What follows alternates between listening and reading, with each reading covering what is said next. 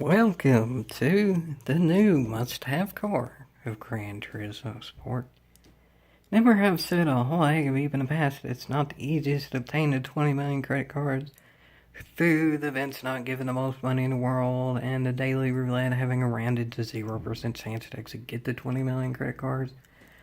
And you can't sell the cards you get as gift cards and just blah blah blah. Well, you don't have to worry about that anymore, folks.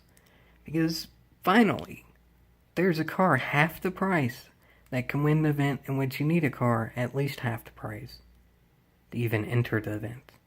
That particular car is the new Aston Martin that was added in the recent update, the Aston Martin DB3S from 1953.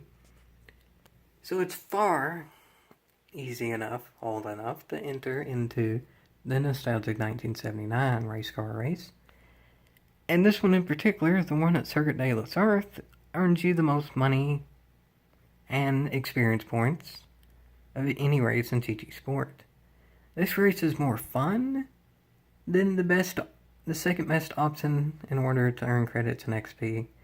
Meaning, take your KTM Expo, which is almost low throttle around Blue Moon Bay Speedway. Or you take a classic famous race car around a classic famous track, in which you can actually cut the track a bit too. I'll be honest, PD has kind of screwed us over long enough to even be able to enter this race.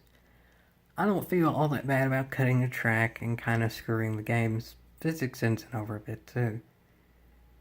Because, well, in theory, if you try to cut the track in a classic race car, especially one this old, you're probably going to get stuck in real life. Not in this game, though. So I'm going to show y'all how to do it. Granted, you can attempt this race and get the clean race bonus. I tried it.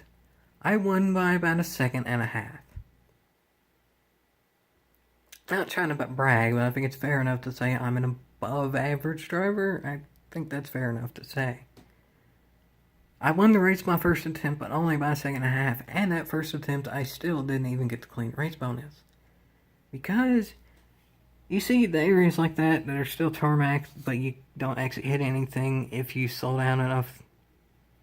Not actually cut them, but just kind of slow down to avoid other cars. That's exactly what I did, and that's the exact point of why those areas are there. Circuit de los Arts has a whole heck of a heap of runouts, which yes, you can exploit to cut, which I'll show y'all how here. But if you're trying to race clean, they're meant to have a runoff area to avoid hitting other cars. That's exactly what I used them for, and I still didn't get the clean race bonus. The definition of clean racing is not hitting any other cars, so if I use what a track gives me, that's specifically for that point, to not hit other cars, in theory, you don't lose your clean race bonus for that. But in PD's reality, you do. So here's something that shouldn't really be in any reality: how to cut the track in ways which gain you quite literally 30 seconds or so. This event in general takes roughly 7 minutes to do, and it gets you 160,000 credits. I say roughly because if you attempt to do clean, it's not the easiest to win or the easiest to just finish clean in general, or what PD thinks is clean, and it's about 7 minutes and 15 seconds is give or take a bit, obviously. Cutting the track, it's well under 7 minutes, and it's an easy win and a guaranteed 160,000 credits. If you cut the track in general, no, you don't get the clean race bonus. But the clean race bonus is about 150. I think it's exactly 150%, but given that you don't get it 100% of the time, and it's a hard race to win it anyway, ultimately I would say it's the more consistent way to go to just cut the track. Here's a tutorial on how to do that. PD's been a little bit unfair in even not having a way to enter this event for so long. I don't mind being a bit unfair in showing how to cut the track, to maybe gain a little bit of that lost time back for not even being able to do the event. Not even finish the event, even enter the event for so long. Here's the tutorial, folks. If you don't want to see it, at Circuit de los Arts, there's tutorials on how to run the actual track. Plenty on YouTube, but, well, here's how to cut the track. To start off, general information about this car. It's not a terrible car to drive, but it is an old car. This means it doesn't have the best of brakes, and it's pretty unstable, and it's really caught-picking and light. This car doesn't have tons of power. Fully maxed out, which I recommend doing. It just makes it that much easier, and there's no bonus for balance of power. Has 442 horsepower. But it only weighs well less than 2,000 pounds. I can't remember the exact amount. So therefore it can go 230 miles an hour on the straights, and then that much more in the draft, which is nice. But the main way you win this race is by its handling. AKA, it's not that hard to cut the track, but it is fairly hard to keep it stable while cutting the track. On to the actual how to cut the track now. To begin with, on this first lap, by default you're not carrying tons of speed yet. So, you can either choose whether you want to actually cut this first turn on the first lap. This particular time I do, but as y'all can see there, the car is somewhat unstable doing it. So just pick and choose how you want to do it, because as y'all can see there, without cutting the track, you do go into the sand more this time around. But what y'all can't see yet, because it's a minor hill, there's sand here. If you decide to cut the first turn, you're still going to ultimately get in about the same amount of sand in which if you don't decide to cut the turn, because if you don't cut the turn, you avoid the sand here. But if you do cut the first turn, you're in the sand. So either way, do what you want to, but honestly, I recommend not necessarily cutting the first turn. Y'all can probably physically see why right now. Again, the main reason to cut the track is a consistent win. Not having to worry about the clean race bonus, but knowing you can win quite easily. Yes, it does speed you up there a little bit, cutting the first turn. But ultimately, while this happens, yes, in order to not fully wreck, you just kind of two-wheel it to the point in which it skids you onto the next bit of track to cut, which you're ultimately grip up in that because you're slowing down at a fairly rapid rate. But no, it's not the easiest thing to do. There's not even really too much to explain here. I'll just show my throttle versus brake input. There's no brakes. It's not the easiest thing to do, but it is a scary thing to do. And it's definitely not a consistent thing to do. But I will say this is only my third attempt at this race. So it's also not the hardest thing to do, but you may not be able to do it the first time. But one of the other good things about cutting the track is even if you mess up one or two times during the cuts, you can still win the race. It's just obviously better to get the cuts right because you win quicker. So anyway, next cut is around here. These are breakable. You can just go through them perfectly fine. And it does get you slightly unstable, but not nearly as bad as the first part. Because the first part that I sold had a hill. This isn't nearly as bad of a hill. I think there is a slight elevation change, but not too terribly bad. Really what will mess you up is this particular part. Going from mostly sand to a little bit of grass to a little bit of rumble strip to quite a bit of tarmac to, again, rumble strip, grass, sand. This will get you unstable again, but this is also where you hit the brakes. Hit the brakes a little bit while you're on the tarmac, and it's no big deal. Even if you're a little bit loose, hitting the brakes on the tarmac would generally get your car pretty stable. Yes, I know that didn't look all that stable, but you're also going at a good enough rate of speed if you do hit the brakes on the tarmac, in which you can correct yourself in plenty enough time. As y'all can see here, if anything, I could have carried more speed out of this turn. Because as y'all can see, there's all this runoff area that I didn't use. I could have probably been at 95 here instead of my 85. But whatever. There's a little bit more time to gain, but this isn't about being absolutely perfect again. This is just how to cut the track, because no matter what, you're going to win anyway if you do cut the track. So just practice with this. And it's a good thing to practice, because it's the best moneymaker. But anyway, the next cut is easy, nothing to worry about here. Just get at the inside of the tarmac. Don't hit the grass, and then you make this turn quite easily. I actually do ping off that other car a little bit, but no big deal. I would have made the turn either way. I just pinged off the car because there was really no point in slowing down. It was quicker to just ping it off instead of slow down and avoid it. So big straight. Draft. Get out of the draft before you hit the cars. Nothing really more to show here. This is not the track for this gains. As y'all can see, you can go roughly 230 in a draft, slightly under, not in a draft. You easily pass cars with straightaway speed. Even in a car 442 horsepower, so it's that good. So anyway, next bit. I did use braking indicator, as I said, that's just, I don't use it by literally following the braking indicator. Like right when it says brakes, I rarely ever actually brake when it does.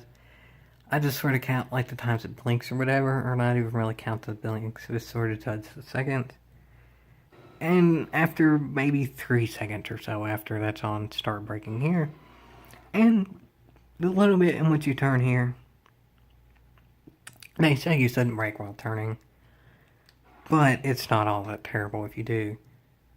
If you can make it through the parts in which you're cutting the track on a whole heck of even different surfaces and you don't wreck there, you're not going to wreck here from the car getting unstable, because it really doesn't get much unstable at all.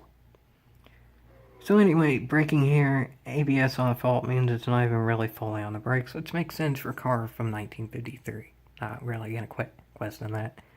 But anyway, next cut here is easy enough. These little, whatever they are, I wouldn't necessarily recommend hitting them, but they won't downright kill you if you do, but there is plenty of space to avoid hitting them. Just go cut it in a way in which you don't hit them, and then let's get as close to that wall as possible, and if you avoid them in the first bit and get close to that wall, by default you avoid those things when you get out of the turn, whatever they're called, I don't really know. So ultimately, if you do get close to that wall, you have enough speed, which basically gets you carried out to the actual apex of the turn if you were to do it legitimately. So that makes it look all fancy and stuff, like you actually did it proper if you actually start to replay about it at the point in which you're on the apex.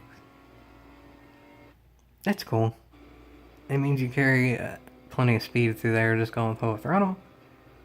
And for this turn, it's not so full throttle. In fact, this is a turn in which you also kind of sort of get unstable. You don't have to cut this turn, it barely gains you any time, but I do because it's just the angle. As y'all can see here, the angle's definitely helped by me cutting this turn. But it's also cutting it on grass, so yes, you're unstable, but it does help, and ultimately just gradually on the brakes, and you still will slow down enough, as long as you start braking before you actually start turning. One of the previous turns I said again, it's fine if you're braking while turning, because before that you're already braking quite a bit before you actually have to start braking and turn. Here not so much. So yes, you are going to be somewhat unstable, but it's not too terrible to control. It's not the worst part of the track here, so just get it low down enough where you're on that apex sort of like you're doing the turn normally, and you're perfectly fine. This next turn is kind of odd, honestly. This is about the only turn in the track in which there's an obvious bit in which you can cut, meaning there, that it doesn't really help you. You actually slightly gain more time by just doing it normally, because it's such a big straight there. Yes, you can cut the turn quite easily, but at the angle in which you go off the turn, you don't carry much speed off of compared to just doing the turn normally. Because this is such a long straightaway, it's actually not worth doing. It may gain you a little bit of time to begin with, but by the time the straightaway ends, doing the turn normally will gain you that time back. Next bits, you don't actually really cut the track, you just do it as a normal. So I'm not going to do too much of a tutorial for this, because you just run the track like normal. I will say this, if you just barely noticeable here, it's no big deal, because ultimately you do have to slow down slightly for this turn anyway. And if you notice a wall a little bit there, by default, you slow down slightly, so it's no big deal if you touch that wall. So also, this is kind of an odd sector too. The old Circuit de la Surf, the one I'm more used to, aka the one not in this game, the ones in older GTs, there was grass here, now there ain't. So, I try cutting it now, and it kind of works, because if you cut it, you do carry more of a wider angle here.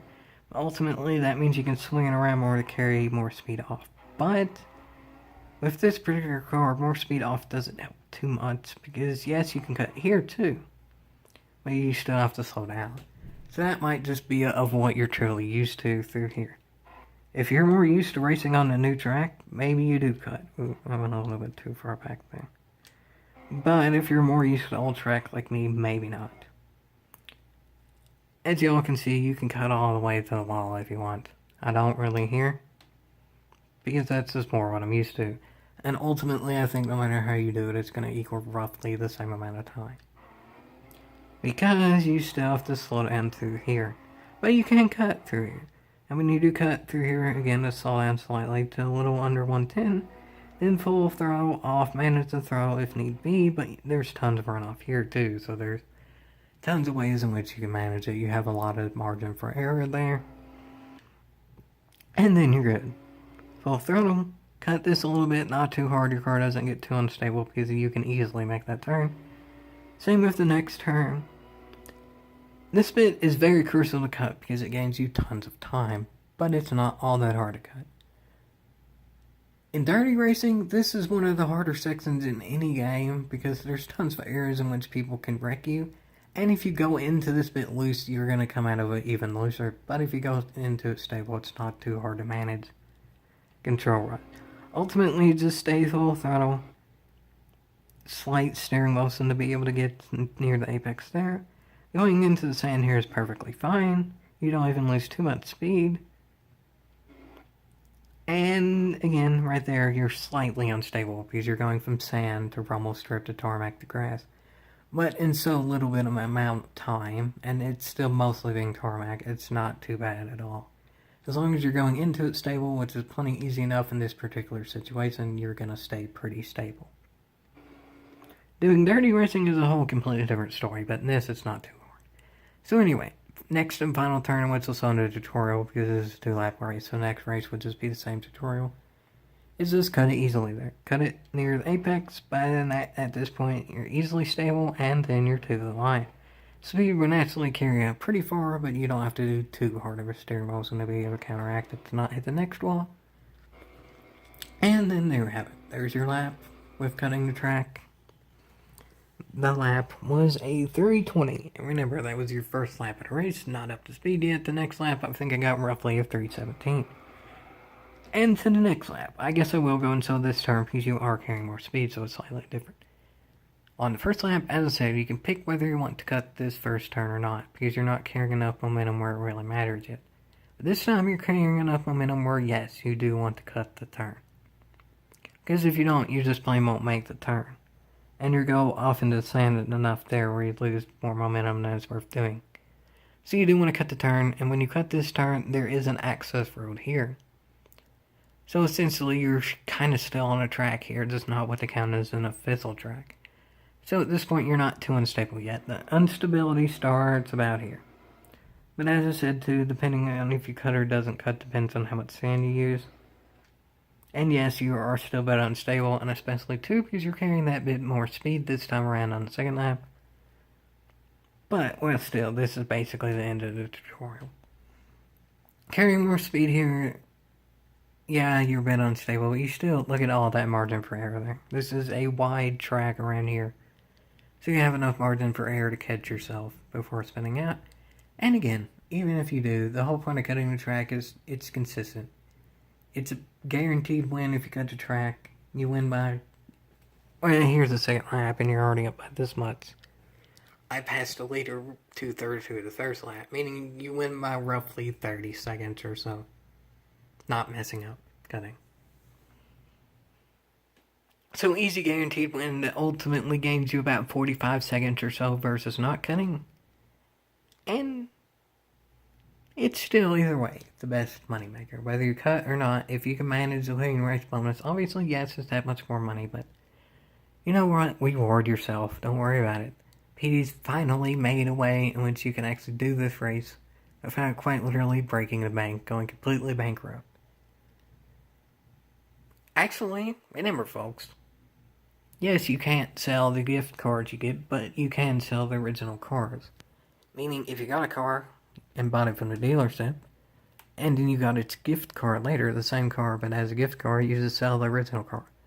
Annoyingly, they do take money off of what you sell it from, but I had enough cars where I knew this car was in the game and I saw from somewhere else that it was winnable with this race.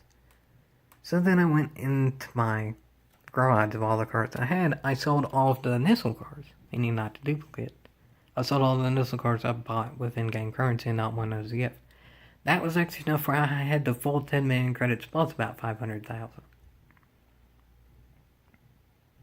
Obviously, that's completely random. It's going to purely depend on random luck, whether you have enough or not from what cards you've already accumulated. But this is a good investment. Do what you need to do to be able to enter into this race, because ultimately, especially if you're going to be playing this game for a long time to come, it's a good investment and would definitely make your money back.